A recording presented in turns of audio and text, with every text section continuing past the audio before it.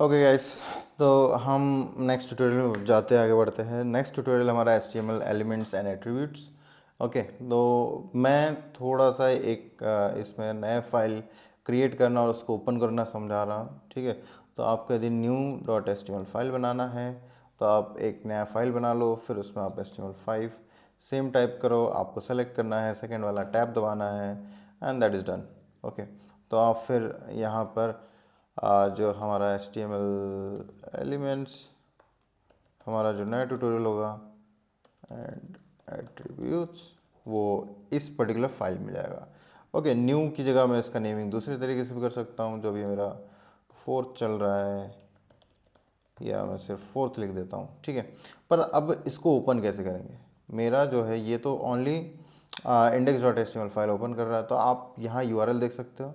URL में आपको पता है कि 04.html मेरा फाइल का नाम है, तो आप उसको एंटर कर सकते हो। दिख रहा होगा आपको HTML elements and attributes title में। ठीक है, आप इस तरीके से कर सकते हो, या फिर अदरवाइज़ आपको यहाँ पर राइट क्लिक करना है, ओपन विथ लाइव सर्वर आपको दिख रहा है, तो आप ओपन क्लिक करोगे और ऑटोमेटिकली आपको ओपन कर देगा।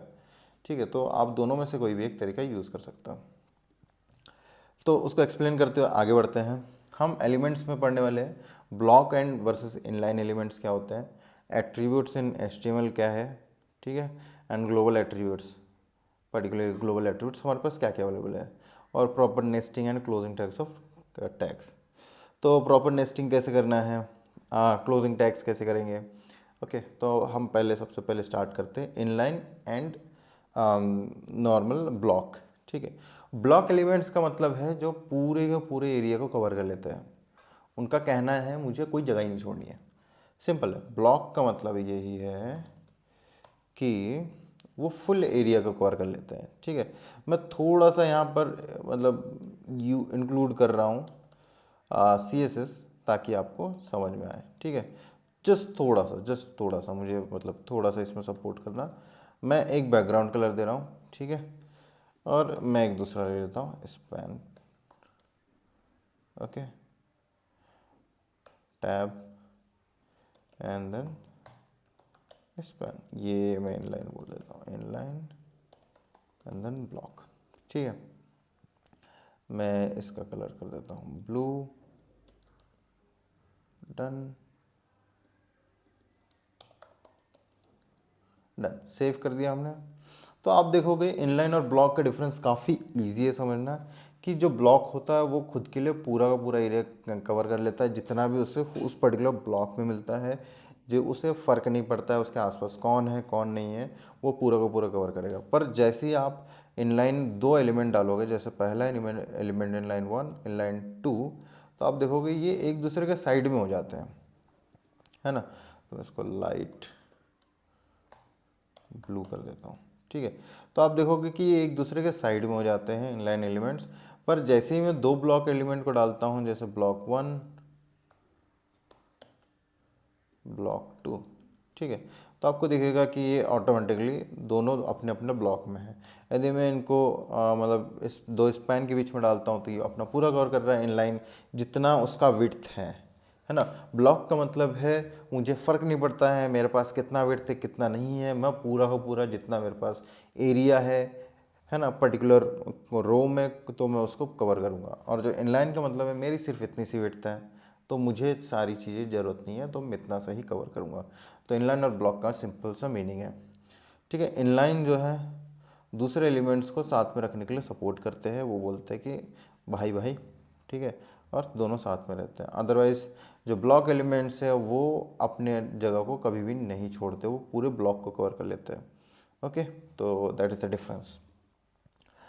अब एट्रीब्यूट्स क्या है? अब एट्रीब्यूट्स बहुत ही ईजी है। जैसे अभी जस्ट मैंने ऐड किया है स्टाइल, ठीक है, तो आप अलग से जो मोर डिटेल्स ऐड करते हो पर्टिकुलर टैग में, तो ये आपका टैग था डिव टैग, ये ओपनिंग टैग है, ठीक है, और ये क्लोजिंग टैग है। अब जो इस एलिमेंट है, एलिमेंट के ऊपर हम एट्रीब्यूट दे सकते हैं, और एट्रीब्यूट कहाँ देते हैं? ओपनिंग टैग में देते हैं। तो ओपनिंग टैग में आप देखोगे स्टाइल नाम का मैंने एक एट्रीब्यूट दिया है, एक्स्ट्रा डिटेल्स दी है, और एक्स्ट्रा डिटेल्स में बताया कि स्टाइल है उसका नाम, एक्स्ट्रा डिटेल का नाम, और स्टाइल की वैल्यू ये है कि वो बताएगा कि बैकग्राउंड कलर क्या होना चाहिए। तो ये एट्रीब्यूट्स होते हैं। आप अनलिमिटेड एट्रीब्यूट दे सकते हो, आपकी मर्जी है, पर कुछ कुछ जो होते हैं डिफ़ॉल्ट एट्रीब्यूट्स होते हैं जो आपको लिस्ट कंट्रोल स्पेस दबाने पे मिल जाएगी।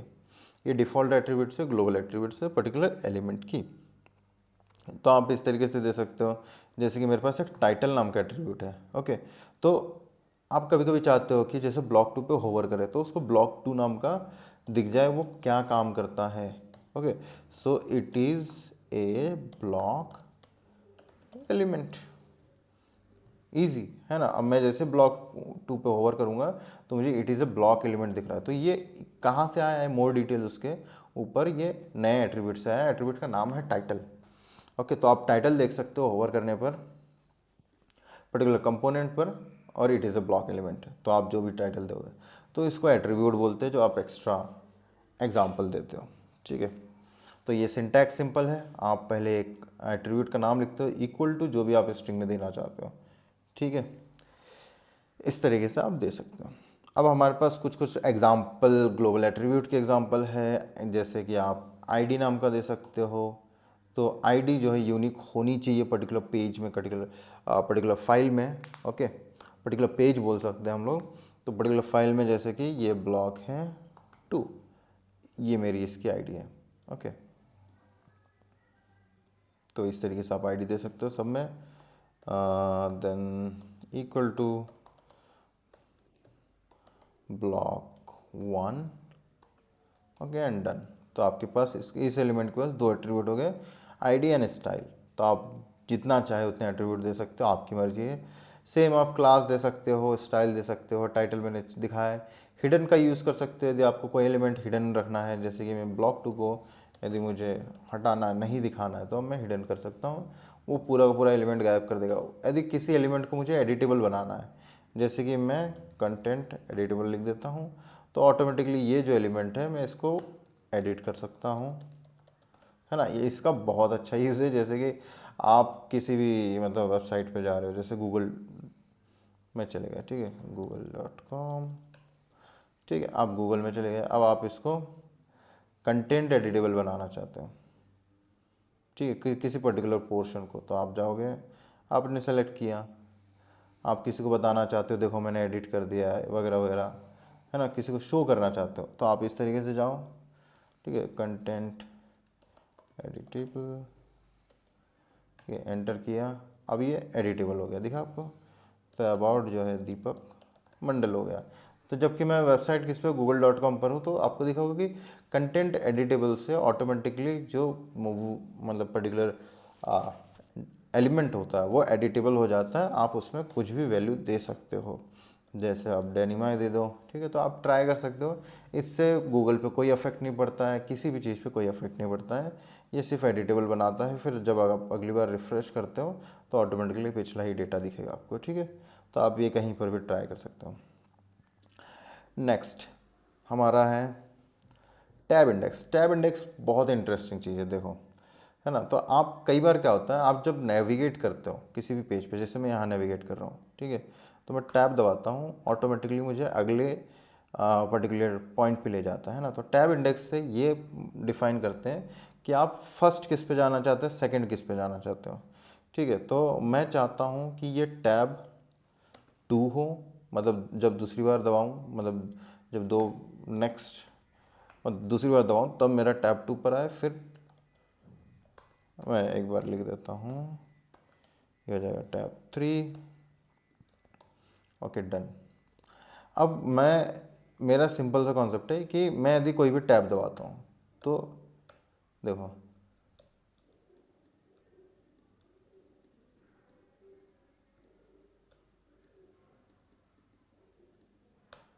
ठीक है, तो आप दिख रहा होगा टैब दबाने पे मेरा कुछ भी सेलेक्ट नहीं हो रहा है पेज में, सिर्फ एक चीज़ सेलेक्ट हो रही है, वो भी कंटेंट एडिटेबल है इसलिए। अदरवाइज़ मैं टैब फिर से दबाता हूँ, मैं रिफ़्रेश करता हूँ इस चीज़ को, ठीक है, तो मेरा टैब नहीं जा रहा है। मैं टैब दबाता हूँ तो मेरा पेज पे कोई टैब नहीं आ रहा, पर मैं चाहता हूँ कि लोग टैब से कंट्रोल करें मेरे वेबसाइट पर, है ना।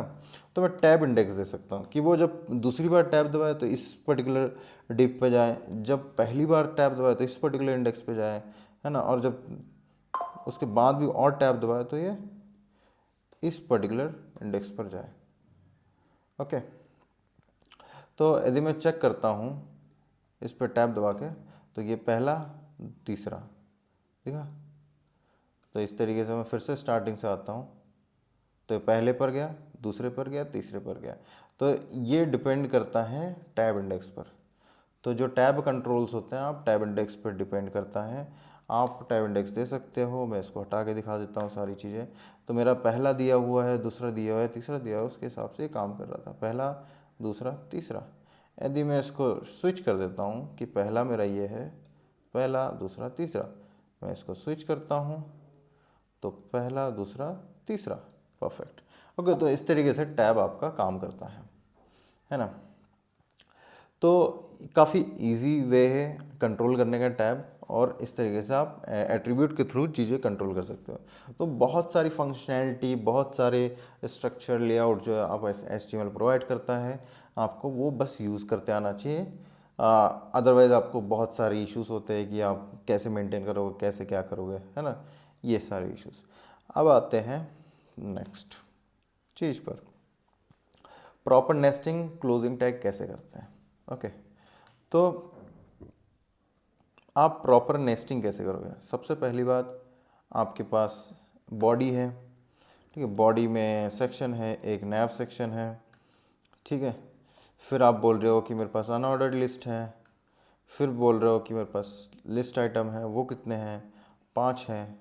तो मेरे पास 5 हो गया, हेलो 01, 02, 03, 04, 05। ओके, तो इस तरीके से फिर आपने डिफाइन कर दिया कि मेरे पास आर्टिकल है, आर्टिकल एक सेक्शन है, उसमें डिव है या पैराग्राफ है। ओके, उस पर मेरा स्पैन है, स्पैन लोरेम 5, ठीक है। तो इस तरीके से आपके लिस्ट हो गए। तो इसमें मैं ये समझाना चाह रहा हूँ कि आपकी प्रॉपर नेस्टिंग कैसे काम कर रही है। तो प्रॉपर नेस्टिंग ये है कि आप सबसे बेस चाइल्ड से स्टार्ट कर सकते हो। आपके पास पर्टिकुलर चीज़ की हमेशा क्लोजिंग टैग होनी चाहिए। यदि वो सेल्फ क्लोजिंग है तो कोई ज़रूरत नहीं है ना। जैसे कि इमेज है, तो ये ऑटोमेटिकली सेल्फ क्लोजिंग, आपको यहाँ देने की ज़रूरत भी नहीं है, ये ऑटो क्लोज है, ठीक है। तो आप नैव है, नैव से आपने ये इसका चाइल्ड हो गया, चाइल्ड के बाद ये दोनों सिबलिंग है, इमेज एंड अनऑर्डर्ड सिबलिंग है। ओके, एंड देन ये सारे सिबलिंग हैं, ये इसका पेरेंट है। तो इस तरीके से आप नेस्टिंग कर सकते हो, जहाँ पर एक पर्टिकुलर एलिमेंट जो है पर्टिकुलर 2 टैग का यूज़ करके दूसरे को एनक्लोज करता है, नथिंग एल्स। तो आप इस तरीके से क्लोजिंग कर सकते हो, जो कि हम लगातार करते आ रहे हैं, है ना। फिर इसके बाद हम पढ़ेंगे कि एक्चुअल में HTML का नाम hyperlink hyper text markup language क्यों रखा गया है, क्योंकि ये हर पेजेस को कनेक्ट कर सकता है हाइपरलिंक्स के थ्रू, इसलिए इसका नाम हाइपर टेक्स्ट मार्कअप लैंग्वेज है। तो हम अगले जस्ट ट्यूटोरियल में हाइपरलिंक एंकर्स एंड एंकर्स पढ़ने वाले हैं, ठीक है। Thank you. Hello guys, like share and comment करना ना भूलें, और नए अपडेट्स के लिए डिस्क्रिप्शन एंड आई बटन को चेक करें। एंड 1-to-1 ट्यूटोरियल्स के लिए, 1-to-1 मेंटरशिप के लिए आप मुझे डायरेक्ट कांटेक्ट कर सकते हो ईमेल पर। Thank you.